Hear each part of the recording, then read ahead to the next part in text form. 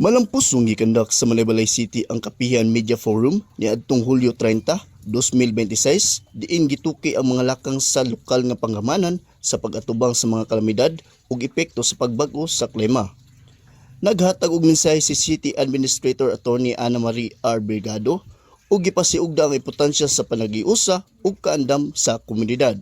Naghatag usab og updates ang CDRRMO, Pag-asa, City Enro ug City Agriculture Office bahin sa kahimtang sa El Nino, disaster preparedness ug pagpanalipod sa kinaiyahan ug mga tambag alang sa mga mag-uuma.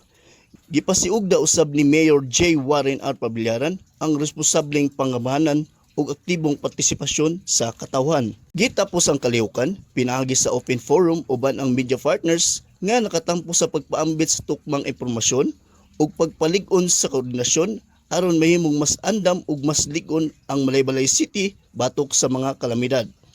Alang sa nakiusang Pilipino para sa Pilipinas, kini si Johnson Advento sa Philippine Information Agency, Bukidnon.